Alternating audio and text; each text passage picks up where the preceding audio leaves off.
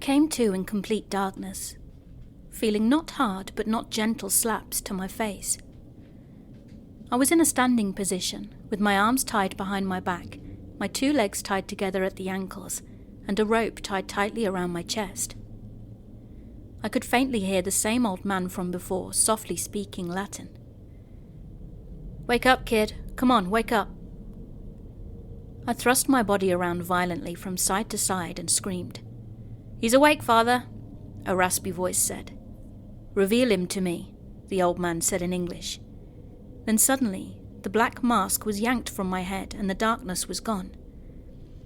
I could finally see my surroundings, and I was in the basement of my parents' house, tied to the metal support beam that stood in the center of the room.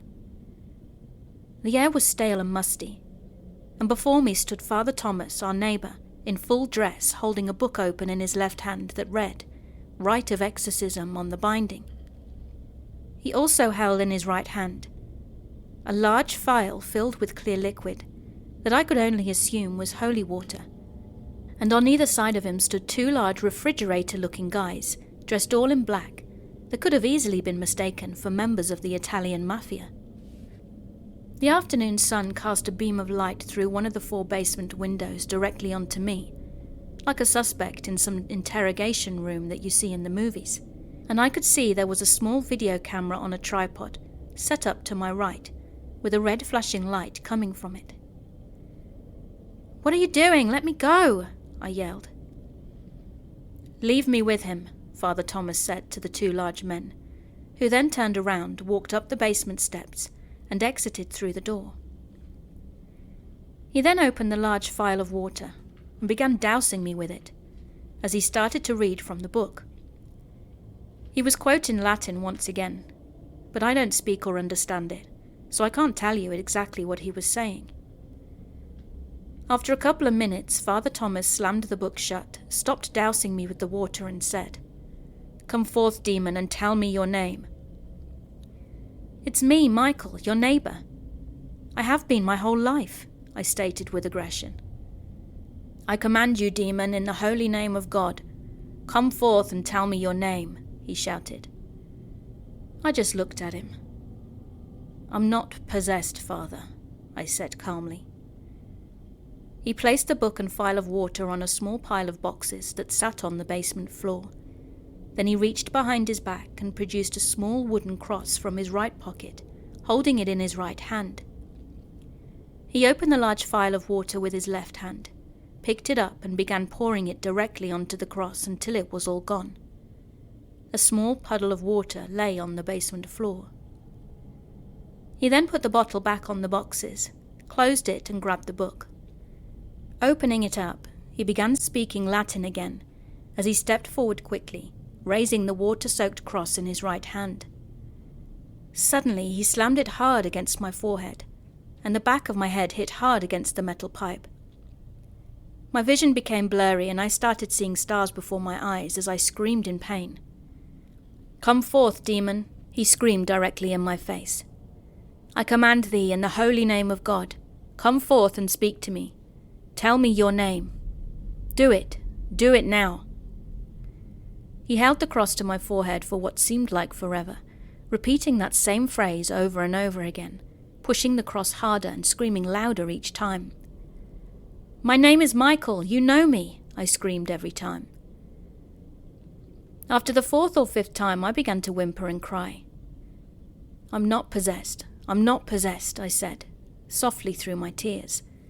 Father Thomas then stepped back, removing the cross from my forehead, and held it to his side, just looking at me dumbfounded.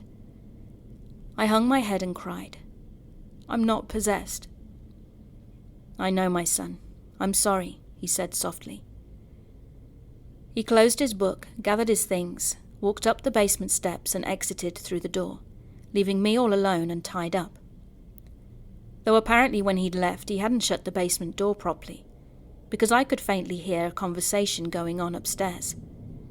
It was my mother, my father, and Father Thomas. "Your son is not possessed," Father Thomas said. "If he was, holy water placed on his skin should have burnt him and made the demon come forth. But it didn't. I had my doubts when I first began to apply it to his skin at first, and nothing happened. But once this ritual is started, it has to be carried out. "Try again," my mother said. "Please, Father," my dad said. "I can't. Once I determine a demon is not or no longer present, any further attempts to perform the ritual is considered torture and is not condoned by the church. I'm sorry," he said. "Tony, please go and tie him and meet Christopher and I next door at my house." "Yes, Father," Tony said, in that same deep, raspy voice. I heard the basement door open slowly, and loud footsteps coming down the stairs. Tony walked over to me, untied my hands, untied the rope around my chest, and then untied my legs. "I'm sorry for smacking you, kid," he said to me. I thought about kicking him between the legs, but as big as he was, it would probably break my foot. Instead, I just pushed past him, furious about what had just happened.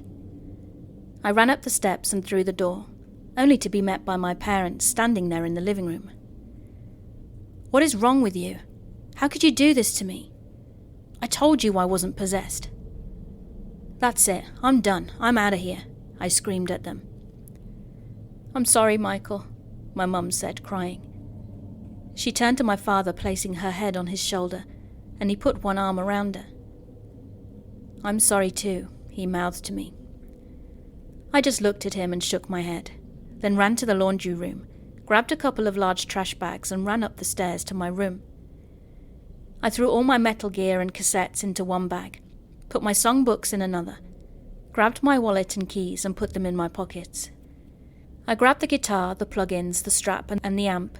Then I opened my bedroom window and tossed the bags and the guitar and stuff onto the roof of the porch, climbing out the window and tossing the bags off the roof. Luckily, the bags didn't break, and only a few plastic cassette cases were broken in the fall. They're easy enough to replace.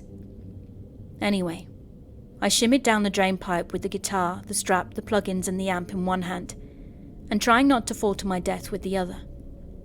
It was hard, but I did it. I ran to my car, threw the guitar and stuff in the back seat, ran back, grabbed the bag, threw it in the front seat, then got in and fired her up.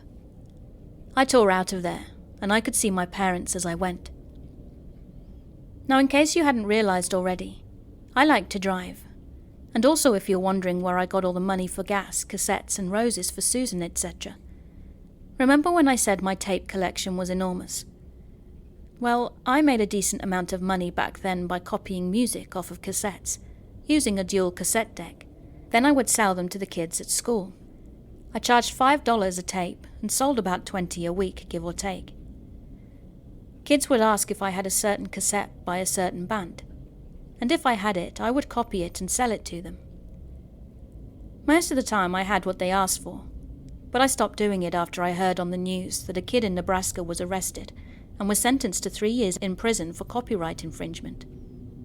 Anyway, I had nowhere to actually go, so I decided to go hang out with Ricky at B&B Music. Given the fact that he was my only friend, a dead friend, but a friend nonetheless, I drove over there, parked the car and got out. Ricky was outside hanging this huge 20% off entire inventory banner across the front window. "Hey man, do you need any help?" I asked him. "Dude, yeah, cool, thanks," he replied. "Is it straight?" "Go up a little. A little more." "There," I said. Then he tied it off, climbed down the ladder, and stepped back to check it out. "Works for me," he said. "What's up, dude? Why are you here so early?" "What time is it?" I asked. "A little after 3. I then told him everything that had happened that morning, and he stood there, mouth wide open. "Holy hell knockers, man. That's crazy. Are you alright, dude?" he asked, concerned. "Yeah, I will be," I said. "I can't believe my parents did that to me. They've always been so cool, you know." "Yeah, man, it's bogus what they've done. Pops might be strict as hell, but he ain't never done nothing crazy like that," Ricky stated, shaking his head. "Where you gonna go?" he asked.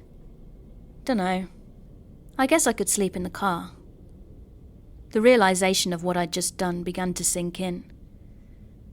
I started walking nervously back and forth, shaking my arms. Then Ricky stepped in front of me, stopping me with his hands. "Dude, don't stress it right now. We'll figure something out, okay? Come on inside," Ricky said.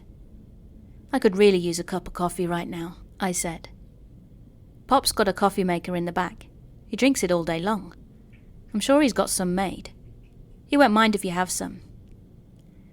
"Okay," I replied. And we went inside, went to the back, and sure enough, Ricky's dad had just made a pot.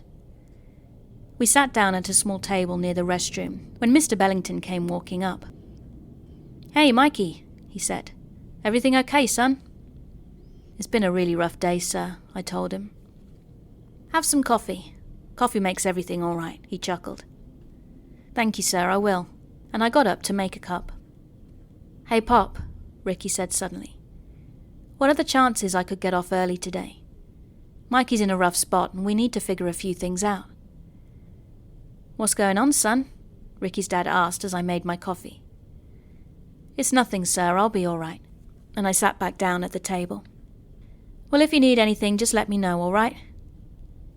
"Yes, sir. I will, sir, thank you." "Ah, heck. Go ahead, you two. Get out of here. Hope it all works out for you, son," he said. And I grabbed the cup of coffee off the table as Ricky stood up. "Thanks, Pop," Ricky said as we started to leave. We got to the car and I put the bags in the trunk. Then we got in and drove away. We decided to go to Derek and Corey's place. And, well, now it was Stephen's place too. Ricky told me how to get there, and we arrived at the house just as a storm was beginning to roll in. The house looked as haunted as the rumours said it was. It was a large 2-story Victorian-style place.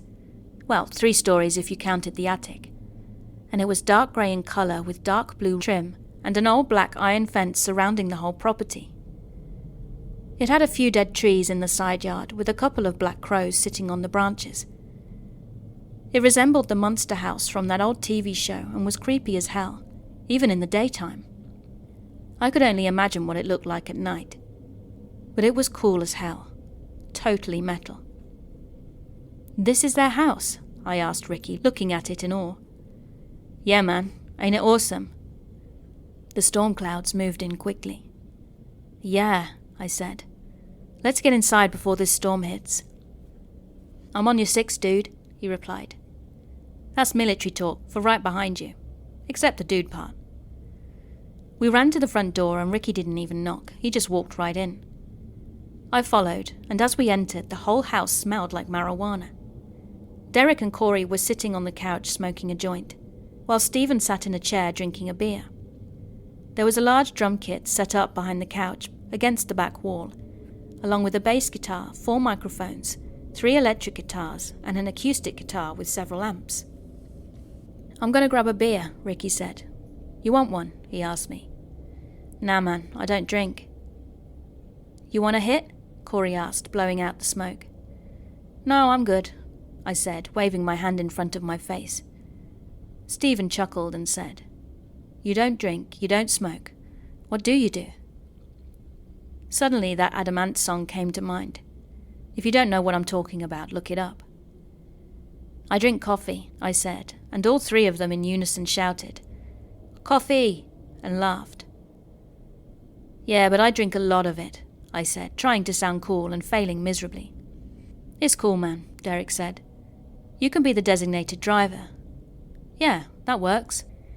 "Okay," I said. Ricky came back with a beer in hand and sat down on the floor. The storm was moving in fast. I looked out of the front window and thunder was roaring in the distance as the skies grew dark. The house was getting dark as well, so Stephen turned on a lamp that was sitting next to him on a table, when suddenly a loud lightning bolt hit close by, causing the house to shake as the rain began to fall.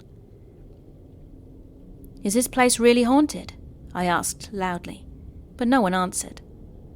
Stephen then screamed out, "Rock and roll! Let's get this party started!" All of them jumped up, ran behind the couch. Stephen went behind the drum kit. Derek grabbed the bass. Ricky grabbed a guitar, and Corey stood behind the microphone. "Where's your gear?" Stephen yelled as another lightning strike hit, causing the lights to flicker. Ugh, it's in the car. I ran out the front door into the pouring rain and over to my car.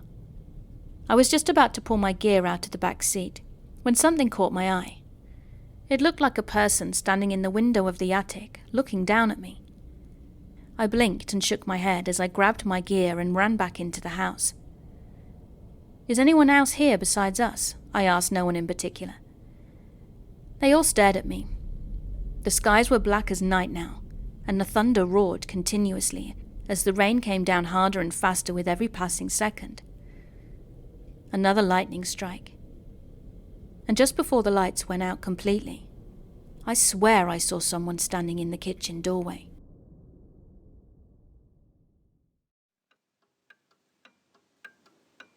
Hey, thanks for listening. I hope you enjoyed my video.